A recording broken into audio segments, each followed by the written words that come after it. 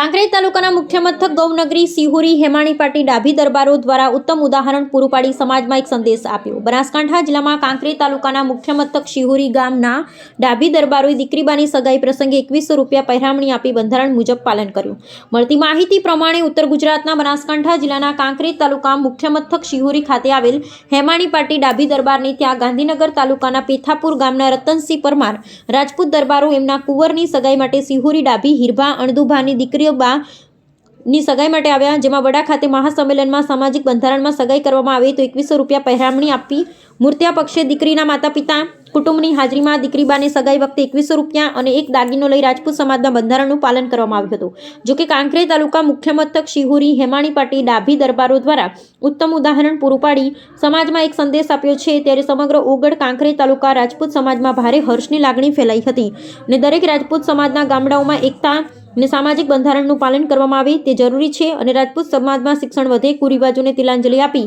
ભાઈચારાની ભાવના વધે એવી આશા સિહોરી ડાભી દરબારોએ વ્યક્ત કરી અને બંધારણ મુજબ પાલન કર્યું। અહેવાલ રામજીભાઈ રાયગોર। ગઈકાલે જે વડાગામમાં મહાસંમેલન થયું હતું ક્ષત્રિય રાજપૂત સમાજનું,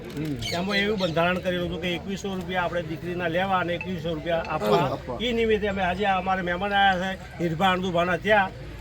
એટલે અમને એ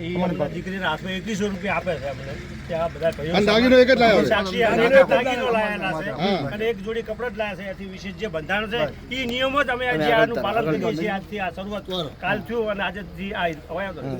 હિરભાની દીકરીના હાથમાં આ હિરભાની દીકરીને અમને 2100 રૂપિયા અને આપણે એમને પણ 2100 રૂપિયા જ આપવાના છે। એથી વિશેષ કોઈ વ્યવહાર ખોટો કરવાનો નથી સમાજના બંધારણથી અન્ય અમે બંધારણમાં રૂપિયા